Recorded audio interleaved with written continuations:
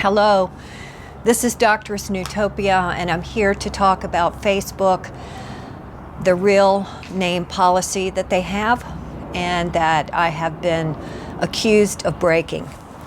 So I'm going to begin this talk by the sound of the bowl. This is a magical Tibetan bowl, and I want everyone to bring their consciousness into this bowl because we want to find collective truth here and individual freedom.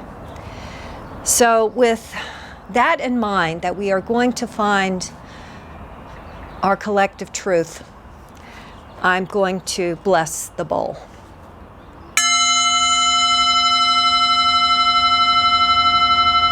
Om Shanti, Shanti, Shanti. Peace, peace, peace.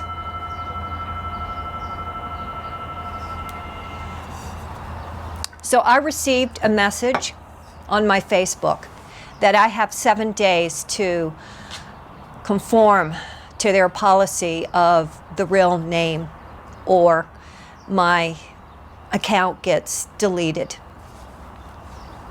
So, real name. I became Doctress Newtopia around 1991. I was writing a dissertation called Gaia, the Planetary Religion, a Sacred Marriage of Art and Science. I fell in love with a guy who was not in love with me.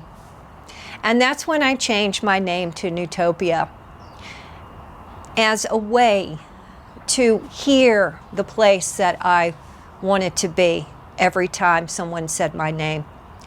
So it's a Dharma name. It came from John Lennon and Yoko Ono on their Mind Games album.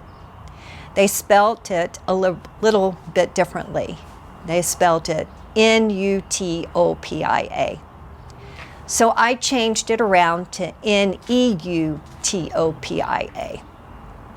The word means a new good place.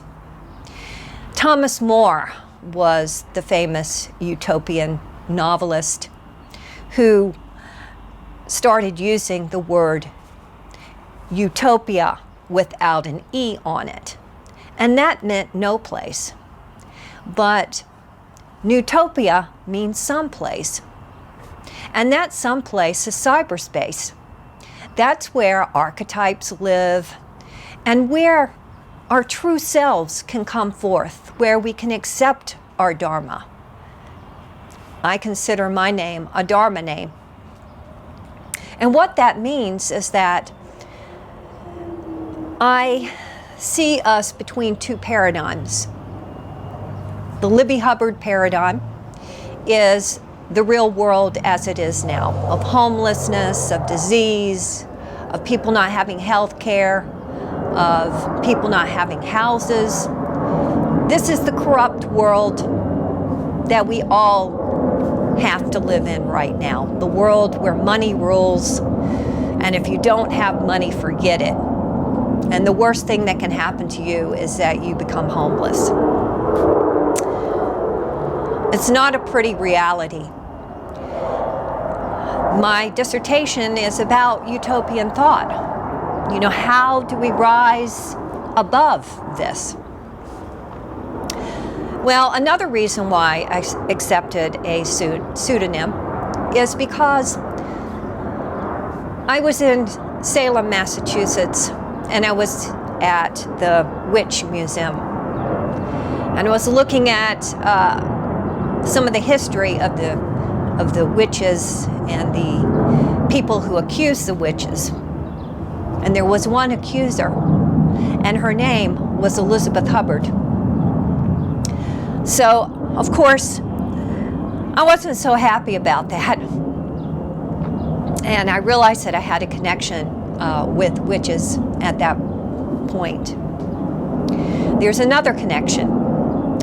When I was getting my dissertation, I wanted to use Dr. Newtopia as the authoress. The University of Massachusetts, where I received the doctorate, said, "You can't do that. We're the ones that give doctor degrees." So a friend of mine who was at the law art history library where I worked as a guard said to me, well, find an alternative word.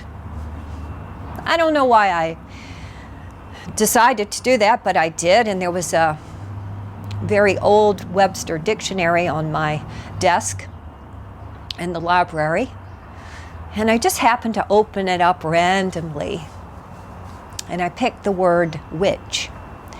And under the word witch, there was witch doctress.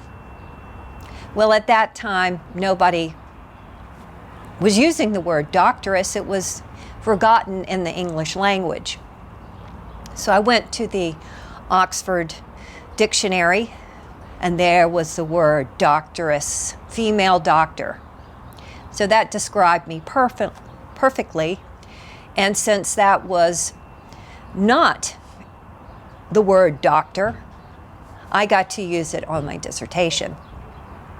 So Doctress Newtopia is a female doctor, and in her medical tools is the utopian vision.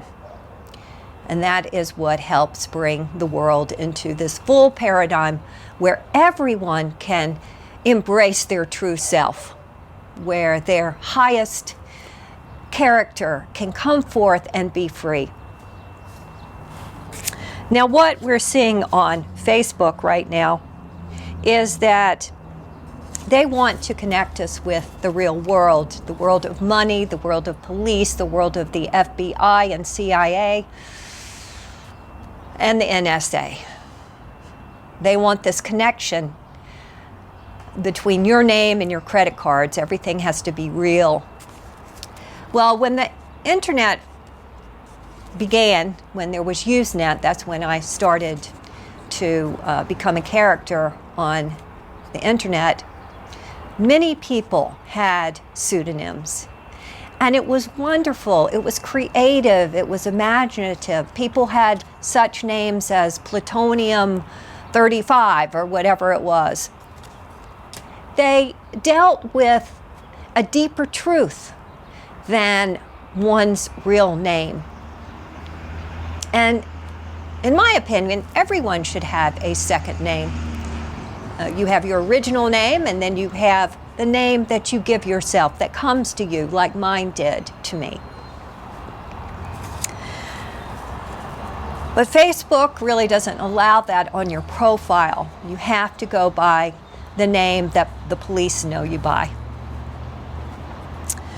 So they're really stopping this new narrative from happening, because what was happening on Facebook, on Usenet at that time, which was a text-based news groups, is that people were coming together and creating a new narrative about this cyberspace. I had a following on Usenet, and the central theme of it was that we needed the Gaia Messiah. And Gaia Messiah was a global consciousness, a collective global consciousness that began to solve the problems on a global level. Well, this isn't the first time I've had trouble in cyberspace with the establishment. UMass, I had an account through UMass, and they didn't like my activities on Usenet, and so they shut me down. It is somewhat of a witch hunt. It was then, and it still is now. And this is not good, because if the human race is to survive, we need this new consciousness, and we need it now. So what can Facebook do to help create this new consciousness? Because that's really the question. Now, I don't really know who I'm talking to when I talk to Facebook, because you're anonymous except for Zuckerberg. He's the face of Facebook. That's a dictatorship. And he has the ultimate power to just destroy anybody that he feels is not conforming to his way of thought. This is too much power for one individual. What I am realizing is that once an organization has 1 billion users, then that is a global organization, and it needs to be a public utility. Facebook needs to morph into a global governance system where we can create this new mythology. So, I guess I'm speaking to Zuckerberg because all your other people, like when I got the announcement that my account is going to be shut down unless I change my name, that was just a faceless person, a faceless bureaucrat. And perhaps it is even a machine. I really don't know. So, Facebook, if you can morph into a public utility where everyone has one vote, we'll create the largest democracy in the world. And if the myth makers can create this new narrative to underline the democracy, so you have the myth makers and you have the democratic body. You have your artist, you have the general public. That's how a true democracy works. It's a meritocracy and a democracy. And artists have always been the futurist thinkers in how to create new channels of being. So you should stop oppressing us. So, a vision. We are in serious denial about climate change and about where our money is going in terms of nuclear weapons and other military expenditures. It's time for us to have a people's revolution. That's a nonviolent worldwide revolution to reorganize cyberspace into a world management committee. We might find a better term for that. That is Buckminster Fuller's term for his vision of a global governance system. And in this, we would have production teams that would reorganize the world order. What our goal is to create a network of arcologies, that's ecological city designs, that move us away from urban sprawl and the need of the automobile into 21st century ecological cities. We cannot do it without organizing in cyberspace. And the goal of Facebook, if it becomes a public utility or when it becomes one, is to organize this mass movement from the reality of this urban sprawl into a network of arcologies. So what's wrong with urban sprawl? We have become dependent on Facebook for our community. In a commercial society, there isn't any other real community for me. Everything's based on money and paying somebody. And this means that our whole friendship networks, family networks have collapsed. I have been living for Facebook community for the last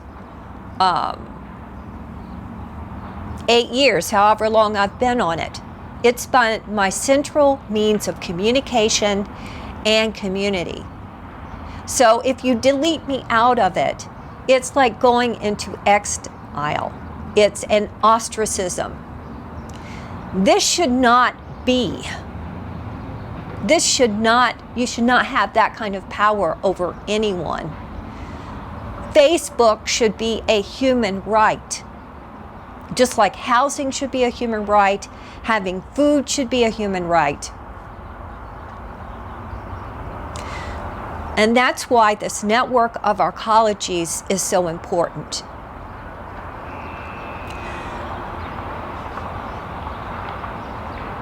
So the goal of Facebook is transformation. Transforming us into living in balance with nature, allowing the true self to come forth and be free. I want to discuss more about a network of arcologies versus life in urban sprawl. So all we've known is life in urban sprawl. These cities are mega cities. They spread out for miles and miles and miles. And Facebook has come and allowed us to visit with our friends virtually. It's rare that I get face-to-face time with a friend anymore. It's too difficult. I might have to get into a car, which I don't have, or get on the bus and travel for hours to go see a friend on the other side of the town. And then we're all spread out. People live on different continents, families are divided, and so Facebook has come in and allowed us to build this virtual community. I have found out that as a single adult living in such a society, it is extremely alienating and isolating to live this way. I do not have a care network. I do not see people on a daily basis. If I get injured or need care, there is no one. If I can make it to my computer, I can type and tell people that I'm in trouble, but that doesn't mean anybody's going to come around and help, because that's just the way we are. People's lives are too busy. They can't be bothered. They're having trouble surviving themselves. And people are used to not having any face-to-face relationships at this point. A lot of people my age are living single. They don't even want to bond with anybody anymore. This is a real problem, especially as you're getting older. So what do? And that's why this vision of building ecological cities is so important, not only because of the ecology, but because of human relationships and having face-to-face connections with somebody. That's the only way, really, we can be human. Now, I realize that love is transcends space and time. That's why we can love people on the other side of the world. But there is also the need to have that face-to-face contact, that touch. So many of us are touch deprived, including myself. And it's just not healthy to eat alone. It's not healthy to talk to yourself. It's not healthy to not have interactions with people on a social level. And this is what we're dealing with here. And Facebook is one of the reasons why we're in this situation. You know, it's the problem and it can be the solution as well. So if we see Facebook as a metamorphosis of moving us into a global culture, with the idea of building radically new city designs, then I feel like there could be hope for the human species. We've watched Facebook become a monopoly. And I think this is just natural evolution, that everything is moving towards oneness. But when it's created not for global unity, but for individual greed and power, then that is the problem. That's why I'm saying that it needs to be a public utility. So let's break out of the alienation and let's find a way to move us into a planetary culture.